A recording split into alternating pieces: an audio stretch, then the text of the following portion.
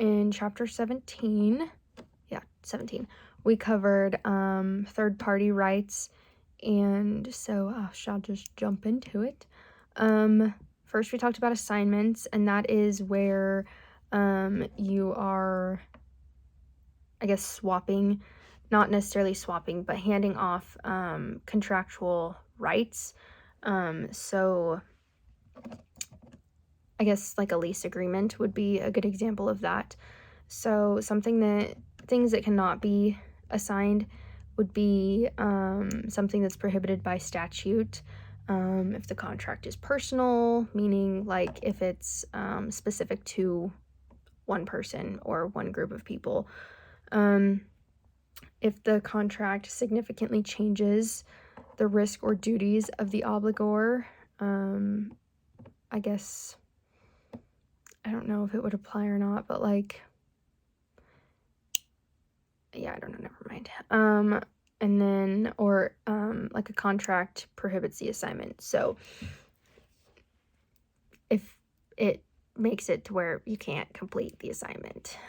So then we talked about delegation, and that is contractual duties. So like a band, if they were contracted to play somewhere and they couldn't do it, they could delegate. Well, no, never mind, they can't do that. That's one that can't be, but that would be a good example of like a delegation. Like they would delegate another band to go. Or I guess like a cleaning service. If one cleaning service can't get to it, they could delegate another cleaning service. We talked about the construction in Bluffs.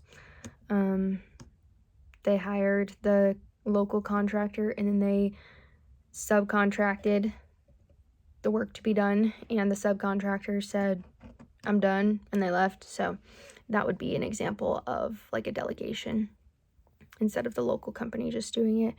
But something that can't be delegated is performance that depends on a specific, or I guess a personal skill or talents of the obligor. So that's where I would go back to the bands. I think you used the example in class, like if you hire an 80s band that you want to come play at a party and they can't do it, and they delegated like, say like 90s rock or something to come play. That can't be delegated because that's not the same thing. So that would be an example of that one. Performance may vary materially, or when the contract expressly prohibits delegation. So I don't know. Another example might be our wedding photographer. She had a couple weekends open that she didn't have weddings after our wedding, and one of her photographer friends is pregnant and was like, I guess, diagnosed with a high-risk pregnancy, so she couldn't shoot these weddings, so she delegated Brooke, our photographer, to go shoot these weddings for her. And then we talked about intended and incidental beneficiaries.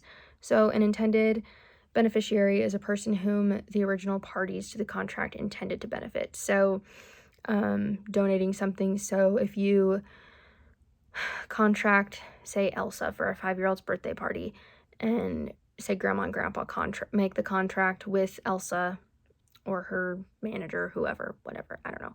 And then she would go perform at their granddaughter's birthday party. That would be an example of that one. And then an incidental beneficiary benefits from the performance of a contract, but they were not in the initial contract. They were not involved in that at all. So you use the example in class, if one landowner, if you own land next to your neighbor goes and does something to up the cost of their land, but it also benefits you, your land cost also goes up. That would be an example of that. You were not a part of this thing, but it still somehow benefited you. So then an effective assignment would be where the rights under contract are assigned unconditionally, rights are extinguished. Assignee has right to demand performance from original party to contract. And then effective delegation. Obligee must accept performance from the delegatee. So you can't just say you're doing this and you have no choice. You have to allow them to accept that.